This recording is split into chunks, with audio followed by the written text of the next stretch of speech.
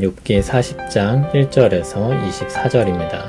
키워드는 베헤못, 공의를 시행할 능력, 공의와 사랑입니다. 여호와께서 또 욥에게 일러 말씀하시되 트집 잡는 자가 전능자와 다투겠느냐. 하나님을 탓하는 자는 대답할지니라.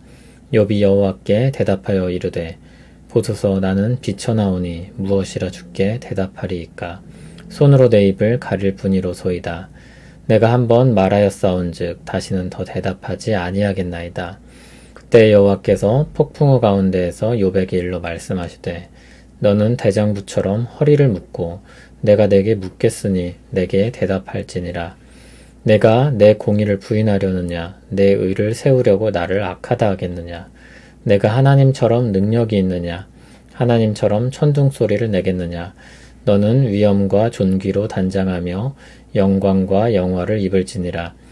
너의 넘치는 노를 비우고 교만한 자를 발견하여 모두 낮추되 모든 교만한 자를 발견하여 낮아지게 하며 악인을 그들의 처소에서 짓밟을지니라.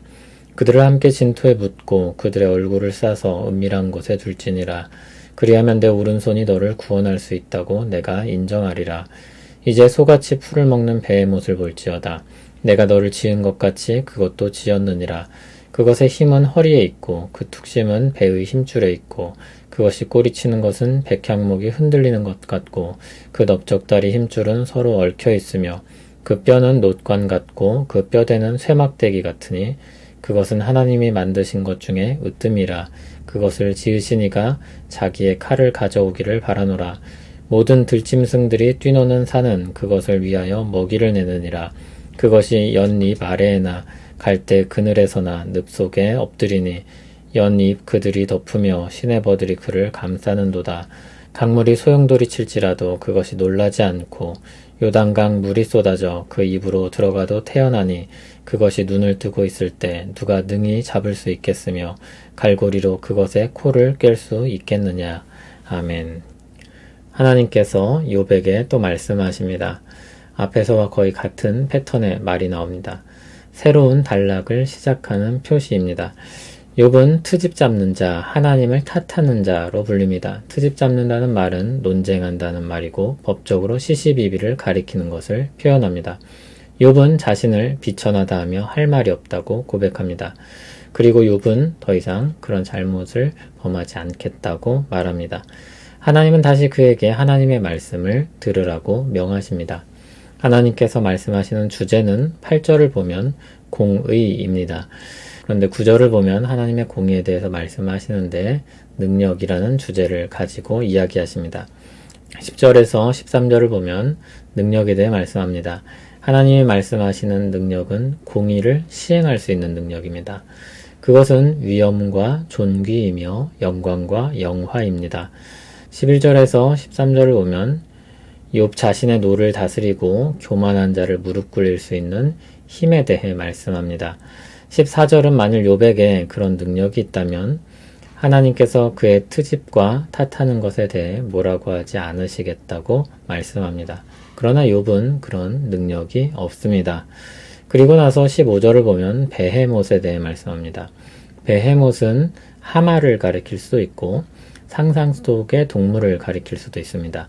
어느 쪽이든 하나님께서 묘사하고 말씀하시는 것이 중요합니다. 그런 특성들에 대해 말씀하길 원하시고 그것을 가지고 이야기하기를 원하셨기 때문입니다. 15절을 보면 베헤못은 소처럼 생겨서 풀을 먹습니다. 베헤못은 풀을 먹긴 하지만 아주 강력한 동물입니다. 그 역시 하나님이 지으셨다고 말씀합니다. 16절, 17절을 보면 베헤못의 허리, 배, 꼬리, 넓적다리가 얼마나 크고 강력한 것인지 이야기합니다. 18절을 보면 뼈는 놋과 쇠와 같아서 그 무엇으로도 꺾을 수 없습니다. 그래서 하나님이 지으신 것 중 으뜸이라고 했습니다.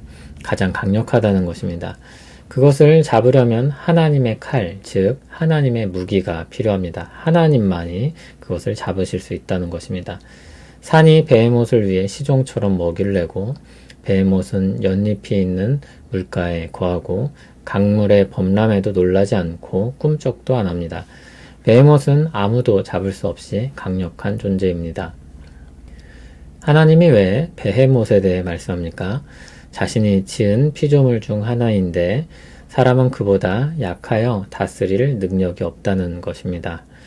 지금은 거의 모든 동물을 온갖 도구와 기술로 제압합니다. 하나님이 만일 지금 말씀하셨다면 아마 다른 적절한 것을 가지고 이야기하셨을 것입니다. 핵심은 베헤못이 무엇이냐는 것이 아닙니다. 이제는 하마가 동물원에 있으니 정복했다는 것도 아닙니다. 핵심은 사람이 공의를 시행할 능력이 없다는 것입니다. 그것이 하나님께 있다는 것입니다. 공의를 시행하기 위해서는 힘이 있어야 합니다. 공권력이라고 부르는 것도 힘이 없으면 영향을 미치기 어렵습니다. 조직력이나 재력이나 군사력 등이 없으면 공적인 권력이 제 기능을 하지 못합니다. 공의를 시행하기 위해서는 지성과 곧은 마음도 필요하지만 그것만으로는 충분하지 않습니다. 공의를 시행할 힘도 필요합니다. 세상의 공의를 실현할 힘은 하나님께 있습니다. 주님은 몸은 죽여도 영혼은 죽이지 못하는 사람들을 두려워하지 말라고 하셨습니다. 모든 사람을 심판하고 몸과 영혼을 벌하실 수 있는 하나님을 두려워하라고 했습니다. 오직 하나님께만 그 힘과 권위가 있는 것입니다. 하나님께는 공의를 시행할 힘과 지혜와 권위가 있습니다. 하나님은 공의로 심판하시는 심판자이십니다. 하나님께서 공의로만 심판하셨다면 세상은 아담 이후 존재할 수 없었을 것입니다. 하나님은 은혜와 사랑으로 사람들을 죄악으로 말미암은 심판에서 건져내십니다. 공의를 시행하시지만 또한 자비로우신 하나님이십니다. 그분의 지혜와 사랑과 능력은 예수 그리스도의 십자가를 통해 나타납니다. 공의로는 그리스도께서 죽으시고 사랑으로는 믿는 자들이 살게 됩니다. 그리스도의 십자가에 나타난 사랑 때문에 하나님의 공의의 시행은 두려움이나 절망이 아닙니다. 은혜와 사랑이며 감사와 찬송이 됩니다. 그리고 모든 악을 끊어내시고 우리에게 영원한 평화를 주실 소망이 됩니다. 오늘도 그 소망을 가진 사람들로 살기를 원합니다. 감사와 찬송을 가진 사람들로 살기를 소원합니다. 하나님께서 공의로 온 세상을 다스리고 심판하실 것을 믿습니다. 우리를 공의의 심판에서 건지시고 구원하시는 은혜와 사랑에 감사하고 찬송합니다. 모든 악을 보응하시고 우리에게 주실 평화와 기쁨을 바라봅니다. 공의의 하나님을 찬송하고 높이며 살길 원합니다. 사랑의 하나님께 감사하며 기뻐하길 원합니다. 우리에게 주신 복들을 헤아리며 즐거워하게 하옵소서. 예수님 이름으로 기도합니다. 아멘.